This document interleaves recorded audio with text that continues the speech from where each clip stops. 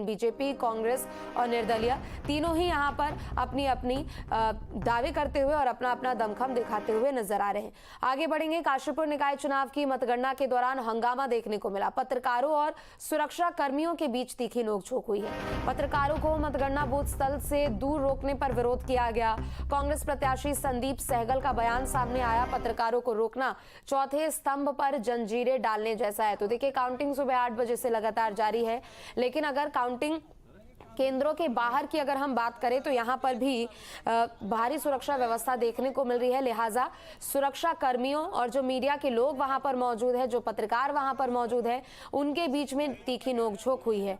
पत्रकारों को मतगणना केंद्र से, स्थल से दूर रोकने पर यह विरोध किया गया है। चूंकि यहाँ पर अपने ID कार्ड दिखाकर जा सकते हैं, लेकिन कुछ ऐसे जगह है जहां पर पत्रकारों को मतगणना केंद्र से काफी दूर यहां पर रोक दिया जा रहा है और इसी को लेकर विरोध हुआ है। कांग्रेस प्रत्याशी संदीप सहगल ने इसे लेकर बयान भी दिया है। उनका कहना है कि पत्रकारों को इस तरीके से रोकना गलत है और चौथे स्तंभ पर जंजीरें डालने जैसा ये कार्य है। तो निकाय चुनाव का जो रिजल्ट है वो हालांकि रात तक तो साफ हो जाएगा, लेकिन काउंटिंग लगातार जारी है। लिहाजा सुरक्षा व्यवस्था को भी लेकर यहां पर पुख्ता इंतजाम किए गए हैं। अली, आपका रुख करते हुए और साथ ही दिग्विजय आपका भी रुख करते हुए, सबसे पहले अली आप बताइए कि यहाँ पर देखिए कुछ जगहों पर मीडिया के लोगों के लिए यहाँ पर पाबंदी लगाई गई थी, दूर ही रोक दिया गया था, लेकिन अभी फिलहाल स्थिति ठीक नजर आ रही है।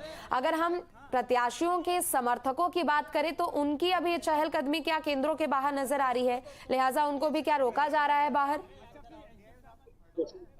जी, आपको बता दें कि सुबह जो है रुड़की में भी ये BSM स्कूल में यहाँ पर काउंटिंग मतगणना जो है वो चल रही है। तो जब मीडिया कर्मी हम लोग अंदर आने लगे तो हम लोगों को भी रोका गया, जबकि हम लोगों के पास जो थे पास था और कार्ड हम लोगों का बना हुआ था। लेकिन यहाँ पर जो पुलिसकर्मी थे उन्होंने मीडिया कर्मियों के साथ काफी नोकझोंक हुई। उसके बाद जब आला अधिकारी आए, SP देहात जब मौके पे पहुंचे, उन्होंने आके कार्ड देखा और उसके बाद उन्होंने अंदर जाने के लिए कहा कि जिन लोगों का कार्ड है उन्हें जाने दिया जाए। लेकिन आपको बता दें कि जब कार्ड बन चुके हैं और हम लोग कार्ड दिखा रहे हैं, उसके बावजूद भी पुलिस जो है रोक रही है। इसका कुछ समझ नहीं आता कि ये क्या मामला था। लेकिन फिलहाल स्थिति यहाँ पे ठीक है, मीडिया कर्मी अंदर आ गए हैं। और आप जो पूछ रही हैं कि समर्थक जो हैं, तो उन लोगों को समर्थक हैं, आ गए हैं, लेकिन वो जो है सब मतगणना स्थल से बाहर हैं और पुलिस जो है उनके ऊपर निगाह बनाए हुए, लेकिन उनको इकट्ठा नहीं होने दे रही है कि गुट बनाकर यहाँ पर कोई बातचीत करें या कोई हंगामा या नारेबाजी, इस तरह का जो है इसके ऊपर पूरी पाबंदी लगा रखी है। और विजय जुलूस जो है उसके लिए भी यहाँ पर कोई अनुमति नहीं दी गई है कि कोई अगर जीतेगा तो शांतिपूर्वक जो है यहाँ से अपना यानी किसी भी प्रकार के जश्न और किसी भी प्रकार की आतिशबाजी पर यहाँ रोक है। लेकिन मतगणना केंद्रों के अंदर कैसी व्यवस्था है, वहां कैसे निष्पक्ष तरीके से यहाँ पर काउंटिंग हो सके, इसको लेकर वहां क्या कदम उठाए गए हैं? चूंकि हर बार चुनाव के समय में यहाँ पर प्रशासन को लेकर आरोप लगते हैं, लेकिन निष्पक्ष चुनाव तो हो चुके हैं, काउंटिंग अच्छे तरीके से हो जाए बिना किसी हो हंगामे के, तो मतगणना केंद्रों के अंदर कैसी व्यवस्था है?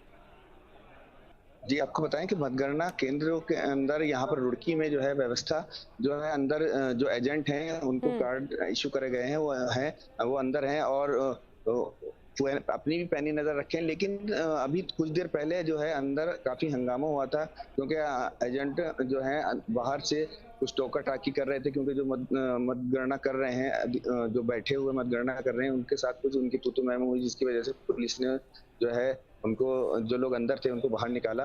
तो अंदर की व्यवस्था बहुत कड़ी है। किसी के साथ जी आप अपनी बात पूरी कर लीजिए अली। हाँ, किसी को जो है अंदर ना तो फोन लेके जाने दिया गया है और प्रशासन का साफ कहना है कि कोई भी अगर एजेंट बदतमीजी करता है किसी भी उसके साथ, या कोई शूटिंग बाजी अंदर से बाहर से करता है, किसी की जो अंदर मतगणना कर रहे हैं उनके काम में कोई विघ्न डालता है, तो उसके लिए जो है साफ निर्देश है कि उस एजेंट को मतगणना स्थल से बाहर निकाल दिए। ठीक है, लौटेंगे आपके पास दिग्विजय, आपका रुख करते हुए। चूंकि देखिए अल्मोड़ा से लगातार बीजेपी यहाँ पर आगे चल रही है, लिहाजा अपने अपने यहाँ पर प्रत्याशियों के समर्थक भी हैं, तो क्या ऐसी कुछ अव्यवस्था अल्मोड़ा में जहाँ पर आप मौजूद है वहां पर से देखने को मिली, जहां पर पत्रकारों को रोका गया, फिर उसके अलावा किसी भी तरीके की यहाँ पर प्रवेश पर रोक है, चाहे वो कोई भी हो? देखिए, यहाँ कानून व्यवस्था चाक चौबंद है। शुरुआती दौर में जब हम यहाँ सुबह लगभग 7 बजे के आसपास पहुंचे तो उस वक्त थोड़ी नोकझोंक हुई थी, लेकिन वो सामान्य सी बात है, उसका सारी चीजें दुरुस्त हो गई थी। अल्मोड़े में पुलिस प्रशासन चारों ओर उन्होंने अपने जवान तैनात कर रखे हैं। कहीं भी किसी को बहुत ज्यादा इकट्ठा होने की से मना किया जा रहा है।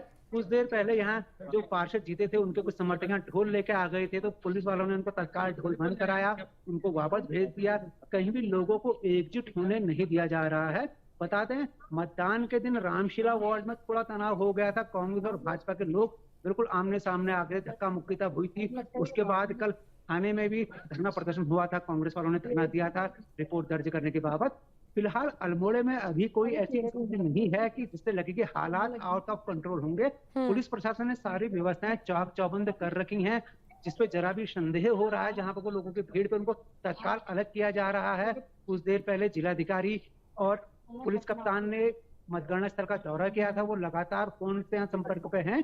पूरे मतगणना केंद्र को छावनी में तब्दील कर दिया गया है। या ये पहाड़ का इलाका है जो मतदान केंद्र है, यहाँ से सड़क तक कुछ सीढ़ियां हैं, तो सीढ़ियों में भी पुलिस वाले लगे हुए हैं। कहीं से किसी को अराजकता फैलाने में तत्काल पुलिस वाले रोकने के लिए कमर कस के तैयार हैं।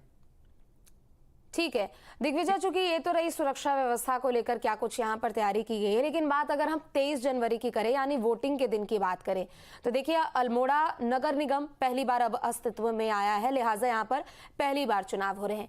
वोटिंग परसेंटेज, लोगों के बीच में किस तरीके का उत्साह दिखा और लोग कितने ज्यादा मुखर यहाँ के स्थानीय मुद्दों को लेकर दिखते हुए भी नजर आए हैं, ये भी बताइएगा।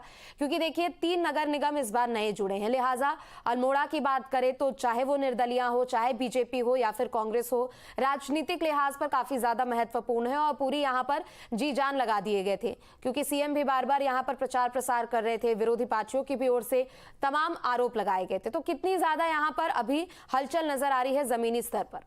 देखिए, जमीन पर आपने बात करी, यहाँ भाजपा से अजय वर्मा और कांग्रेस भैरव गोस्वामी दोनों के बीच में बिल्कुल कांटे का मुकाबला है। यहाँ पर कुल 40 पार्षद चुने जाने थे, जिसमें एक पार्षद का चुनाव निर्विरोध हो चुका है, बाकी 39 पार्षद थे। बहुत छोटे छोटे यहाँ वार्ड हैं, नया नया नगर निगम बना है, तो अब के बार अल्मोड़ा में वोटिंग परसेंटेज बढ़ा, यहाँ 62% के आसपास वोट पड़े हैं। इसका मुख्य कारण ये रहा है कि जो पार्षद थे वो एक एक वोटरों को मतदान केंद्र तक लेके आए। और यहाँ ये भी देखने में मिला, क्योंकि पहाड़ है, पलायन यहाँ की एक बड़ी समस्या है। जो लोग दूसरे शहर में रोजगार की तलाश में गए हैं उन लोगों को वापस पहाड़ बुलाया गया, वापस घर बुलाया गया, ताकि वो अपना वोट दें। और यहाँ मुद्दे जो चुनावी तौर पर, गंदगी यहाँ मुद्दा है, आवारा जानवर यहाँ मुद्दा है, पार्किंग यहाँ की समस्या है जो नगर पालिका के दौर में थी। अब नगर निगम बना है तो उससे उम्मीद है कि उन समस्याओं से निजात यहाँ मिलेगा। और भाजपा और कांग्रेस ने दोनों ने इसको प्रतिष्ठा का सवाल बना लिया है। कांग्रेस से यहाँ के विधायक हैं, वो भी पूरे जी जान से चुनाव प्रचार में जुटे थे।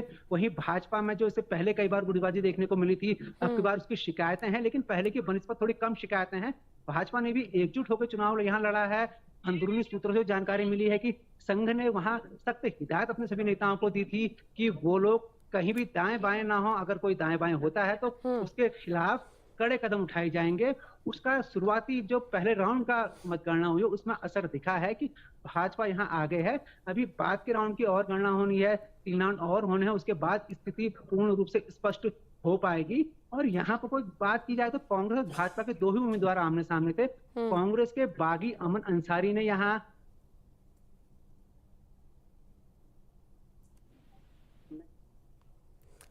ठीक है दिग्विजय, लौटेंगे आपके पास। अली, आपका रुख करते हुए, चूंकि देखिए बात अगर हम रुड़की की करें तो एनसीआर से लगता हुआ एरिया है और ऐसे में विकास को लेकर हो, पलायन को लेकर हो, कई ऐसे ऐसे मुद्दे हैं जिसे लेकर सबसे ज्यादा यहाँ जोर शोर से उठाया गया। तो लिहाजा स्मार्ट सिटी भी एक बहुत बड़ा मुद्दा है जो कि इस बार निकाय चुनाव में देखने को मिल रहा है। लेकिन अगर हम बात राजनीतिक परिप्रेक्ष्य में करें, बीजेपी दावे कर रही है कि ट्रिपल इंजन की सरकार बनेगी, कांग्रेस कह रही है कि इन्होंने जो नगर निगमों को विकसित करने का सपना दिखाया था वो सपना अभी तक पूरा नहीं हुआ है, अधर में लोगों को झोंक दिया गया है। निर्दलीय यहाँ पर स्थानीय मुद्दे को लेकर बार बार आगे नजर आ रहे हैं। तो निर्दलीयों को लेकर तो एक यहाँ पर भावना ऐसी रहती है कि वो जनता के बीच से होते हैं तो वो समस्या समझते हैं, लेकिन हम पार्टियों के लिहाज से बात करें तो बीजेपी और कांग्रेस को लेकर यहाँ पर जमीनी स्तर पर क्या कुछ यहाँ फीडबैक एक तरीके से हम देखें तो क्या देखने को मिल रहा है और कितना ज्यादा ये कारगर साबित होगा, जो कि एक पूरी फौज यहाँ पर प्रचार प्रसार के लिए लगा दी गई थी? क्या आपको बता दें कि देखिए भाजपा हो या कांग्रेस हो, दोनों ने ही प्रचार प्रसार में अपने जो है पूरी ताकत झोंक दी थी। भाजपा के लिए तो मुख्यमंत्री पुष्कर सिंह धामी भी यहाँ पर आखिरी के दिन आए थे और उन्होंने रोड शो किया था और भाजपा के पक्ष में वोट डालने की अपील लोगों से की थी। और उसी के क्रम में हमारी जो कांग्रेस है, कांग्रेस ने भी यहाँ पर उनके नेता प्रतिपक्ष हुए या और नेता हुए, उन्होंने आकर यहाँ पर प्रचार प्रसार किया है। लेकिन आपको बताएं कि यहाँ पर जो मुद्दा विकास का ही रहा है और मेन जो है यहाँ पर, चाहे वो निर्दलीय हो, चाहे कांग्रेस या भाजपा बीजेपी हो, सभी जो है जल भराव को लेकर मेन मुद्दा बनाकर चले हैं। जल भराव और यहाँ की सड़कें, नालियां मेन मुद्दा जो रहा है यहाँ पर, वो जल भराव, क्योंकि जल भराव से जो है यहाँ के लोग काफी त्रस्त हैं। थोड़ी ही बारिश में यहाँ पर अंबर तालाब हुआ, इमली रोड, अब कुछ इलाके ऐसे हैं क्योंकि वो थोड़ा नुजूल में है, थोड़ा गहराई में है, तो वहां पर ज्यादा जल भराव हो जाता है। तो उसको लेकर सभी ने जो राजनीति करी है तो वो सिर्फ जल भराव के इर्द गिर्द ही घूमी है। तो मेन मुद्दा यहाँ का वही जल भराव है। लेकिन अब कौन जीतता है, कौन हारता है, ताकत तीनों ने बराबर लगाई। लेकिन यहाँ का जो पिछला रिकॉर्ड है वो है निर्दलीय का, निर्दलीय ही जीतता है। लेकिन अब के ठीक है अली, लौटेंगे आपके पास। तो देखिए, निकाय चुनाव को लेकर काउंटिंग की प्रक्रिया लगातार जारी है। कुछ एक सीटों की यहाँ पर हम बात करें और कुछ एक निगम क्षेत्रों की हम बात करें तो कहीं पर बीजेपी आगे चल रही है, कहीं कांग्रेस भी नजर आ रही है, तो निर्दलीय भी अपना दमखम यहाँ पर दिखाते हुए नजर आ रहे हैं। 3 नगर निगम सीट है जो कि इस बार नए हैं, यानी पहली बार अस्तित्व में आए हैं। लिहाजा बीजेपी हो, कांग्रेस हो, निर्दलीय हो, सभी के लिए यहाँ पर कड़ा मुकाबला है। लेकिन अगर हम बाकी क्षेत्रों की बात करें तो काफी स्थानीय मुद्दे हैं, चाहे वो सड़क की समस्या हो, जल निकासी की समस्या हो, नालों को लेकर समस्या हो, विकास को लेकर समस्या हो, तमाम अलग अलग ऐसे मुद्दे हैं जिसे लेकर पार्टी भी अपना यहाँ पर दमखम निभाती हुई नजर आई। तो दूसरी तरफ निर्दलीय भी अपना जोर शोर से प्रचार करते हुए और जीत का दावा करते हुए भी नजर आए। लेकिन अगर आज के परिप्रेक्ष्य में हम बात करें तो देखिए, सुबह 8 बजे से काउंटिंग की प्रक्रिया लगातार जारी है और धीरे धीरे करके जो नतीजे सामने आ रहे हैं उसमें बीजेपी जो कि फिलहाल अभी बढ़त पर नजर आ रही है। एक तरफ आपको सीटों का ये आंकड़ा भी दिखा रहे हैं कि नगर पंचायतों में बीजेपी एक तरफ आगे है, तो वहीं दूसरी तरफ नगर पालिकाओं में भी बीजेपी, कांग्रेस और निर्दलीय अपनी अपनी यहां पर दावेदारी, जीत को लेकर आश्वस्त यहां पर नजर आ रहे हैं। मुद्दे बेहद ही स्थानीय हैं, क्योंकि इस बार का जो निकाय चुनाव है अपने आप में दिलचस्प इसलिए भी है कि एक तो लंबे समय के इंतजार के बाद हो रहा है।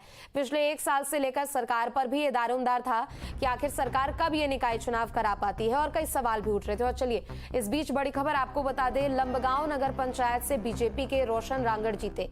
रोशन रांगड़ 400 से अधिक मतों से जीते हैं। हरिद्वार में बीजेपी मेयर प्रत्याशी 3000 वोटों से आगे हैं, तो वहीं डोईवाला वार्ड संख्या 2 से चुनाव जीते बीजेपी प्रत्याशी।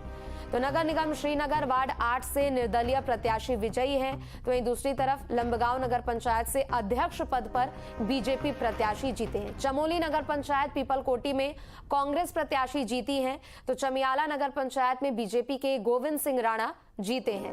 तो उत्तराखंड निकाय चुनाव के लिए काउंटिंग की प्रक्रिया लगातार जारी है। बीजेपी दमखम दिखा रही है, कांग्रेस भी 1 सीटों पर आगे है, तो निर्दलीय भी अपने आप को यहाँ पर टक्कर देती हुई, पार्टियों के लिहाज से अपने आप को मजबूत दिखाती हुई नजर आ रही है। लंबगांव नगर पंचायत से बीजेपी के रोशन रांगड़ जो कि 400 से अधिक मतों से जीते हैं, तो जबकि दूसरी तरफ हरिद्वार में भी बीजेपी का ही बोलबाला है और बीजेपी मेयर प्रत्याशी 3000 वोटों से आगे है। डोईवाला वार्ड संख्या 2 से भी बीजेपी प्रत्याशी ही आगे हैं और जीते हैं। नगर निगम श्रीनगर वार्ड 8 से निर्दलीय प्रत्याशी जीते हैं। लंबगांव नगर पंचायत से अध्यक्ष पद पर बीजेपी प्रत्याशी जीते हैं। चमोली नगर पंचायत पीपलकोटी में कांग्रेस प्रत्याशी जीती है।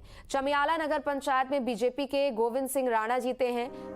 तो उत्तराखंड निकाय चुनाव के लिए काउंटिंग लगातार जारी है और देखिए, धीरे धीरे करके तस्वीर भी अब साफ होती हुई नजर आ रही है। लेकिन जो एग्जैक्ट आंकड़ा होगा, जो एकदम ठोस यहाँ पर जो तस्वीर होगी, वो हालांकि देर रात तक ही साफ हो पाएगी। लेकिन बीजेपी यहाँ पर सबसे अधिक आगे सीटों में अपनी बढ़त बनाती हुई नजर आ रही है। नगर पालिका की बात करें तो बीजेपी उनमें 7 पर है, तो वहीं नगर पंचायतों की बात करें तो बीजेपी 46 में से 11 सीटों पर बीजेपी है, 8 पर कांग्रेस है, जबकि 2 में निर्दलीय भी कहीं से यहाँ पर कम नजर नहीं आ रहे हैं। क्योंकि कुछ एक अगर नगर निगमों की हम सीटों की यहाँ पर बात करें और निकायों की बात करें तो निर्दलियों का खास तौर पर यहाँ पर काफी ज्यादा बोलबाला है, लिहाजा निर्दलीय भी यहाँ पर अपने आप में आश्वस्त नजर आ रहे हैं और पार्टियों को कड़ा मुकाबला देते हुए नजर आ रहे हैं। बीजेपी जरूर आगे चल रही है, कांग्रेस भी कुछ एक जगहों पर जरूर आगे चल रही है, लेकिन निर्दलीय भी यहाँ पर कहीं से भी पीछे नहीं है और निर्दलीय भी अपनी भागीदारी यहाँ पर दिखाते हुए नजर आ रहे हैं। तो उत्तराखंड निकाय चुनाव को लेकर काउंटिंग की प्रक्रिया लगातार जारी है और एक एक करके तस्वीर अब साफ होती हुई नजर आ रही है, लेकिन जो एग्जैक्ट आंकड़ा होगा, जो सटीक तस्वीर होगी, वो देर रात तक ही साफ हो पाएगी कि आखिर किस निकाय में किस प्रत्याशी की जीत हुई है। तो उत्तराखंड निकाय चुनाव को लेकर वोटिंग की प्रक्रिया लगातार जारी है। एक तस्वीर भी आपको दिखा रहे। बहुत बहुत शुक्रिया आप सभी का तमाम जानकारियां देने के लिए। वक्त एक छोटे से ब्रेक का, जल्द लौटेंगे।